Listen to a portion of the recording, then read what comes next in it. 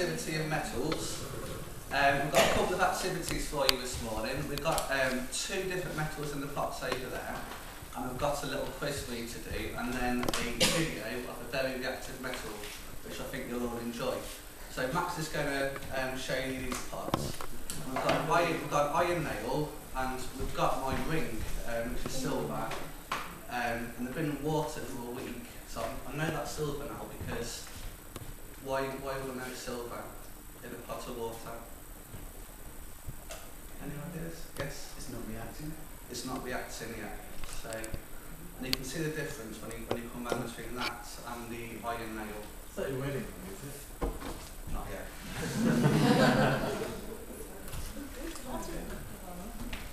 So when you're looking at that, when you're looking at the nail, I want you to have a close look, see if you can see the bits of brown on it. And can anyone tell me what they think that brown might be called?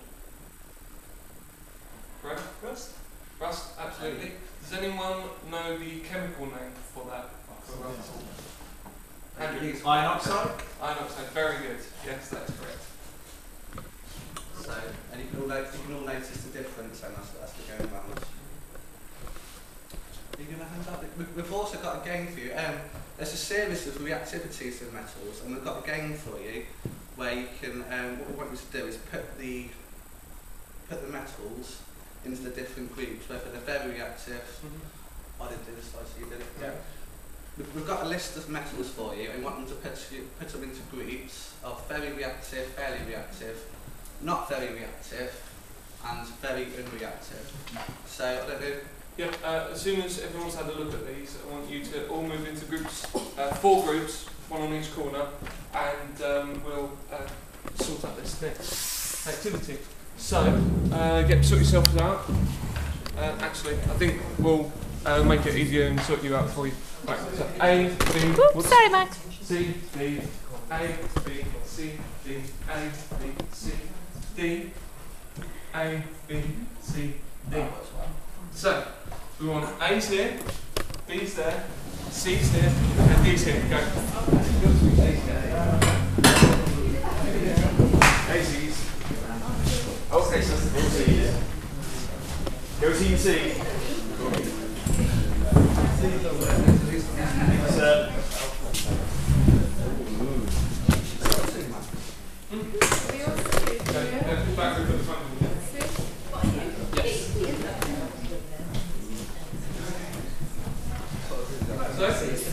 I'd like you to, if you can't sit down, then you have to stand up. Now, take a bit of Silver on it, isn't it? Yeah. I want to see if you can organise those into the 4 groups. You have about 4 minutes.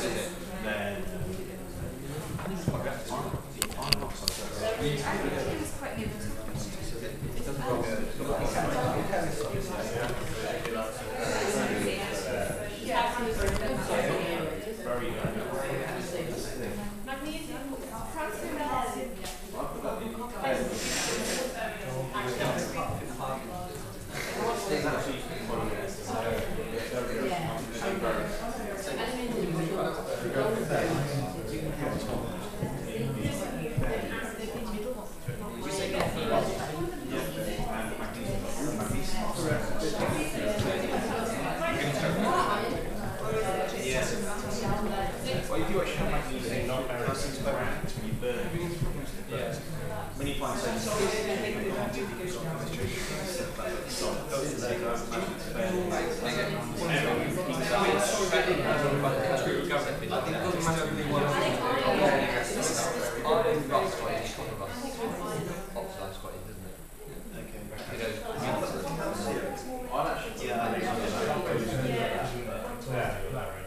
We've got about a minute left to do it now, so thank you.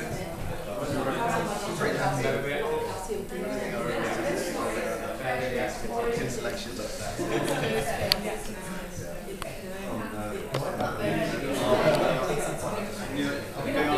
I'll be shaking my head because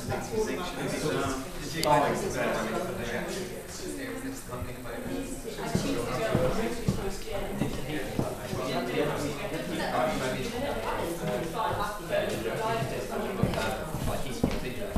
everyone there in the end? Is everyone still on time? Okay. Everyone's attention, please.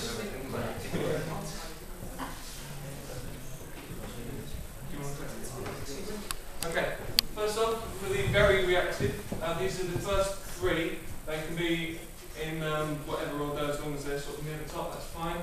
Potassium, sodium, and calcium.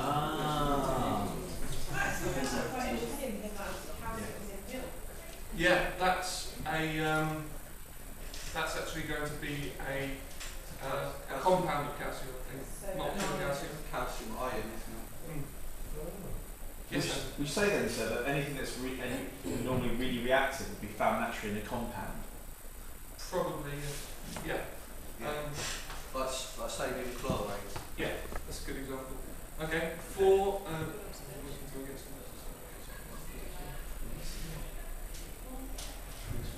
is this what everyone else got? We have magnesium, aluminium, and zinc should be your next three down. Yeah. Okay, for the not very reactive, who would like to suggest some answers for the not very reactive? Iron. Let's have some other ones. Copper. Copper. Anyone else? Yes? Lead. Iron, copper, lead. Let's have a look. Iron, lead, and copper. Well done. And of course the last two, that's Corona. Gold and silver. Gold and silver. Well done. Look at those. Yeah, that's absolutely right. Okay. Well, we've had a look at some quite unreactive metals now, and you've seen what happens to iron and the silver and they've been in water for a week. I want to show you what happens to one of the most reactive metals.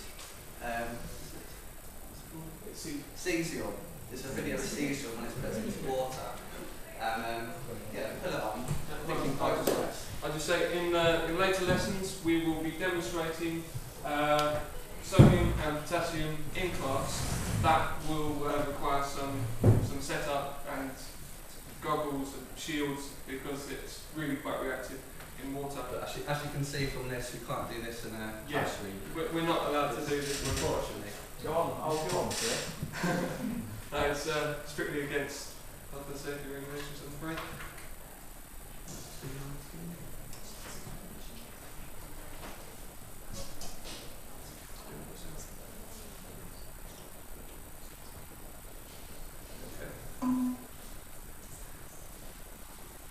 Already. Now what's that going to do when it hits the water? Imagine a depth charge in a bathtub. Fair enough, mate. I'll leave you to it. Good luck. Thank you. Okay, John, go for it. Warning, warning, warning. Extreme danger. Clear the eye. As that cesium sinks in the water, the rapid generation of hydrogen gas should produce quite an explosion.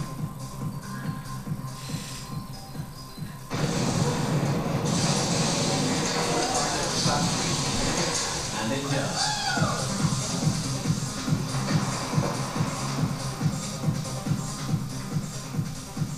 Magnificent. I think that concludes today's experiment. There is, I should say, one more, even more reactive metal, frankium. But for some reason they wouldn't let us have any of that. So there you go. Today's lesson. Never mix alkali metals with water. Which we'll be doing later on in the lesson. Yep. Thanks everyone. Are there any questions before we finish? Yes? Right. Sorry? Okay.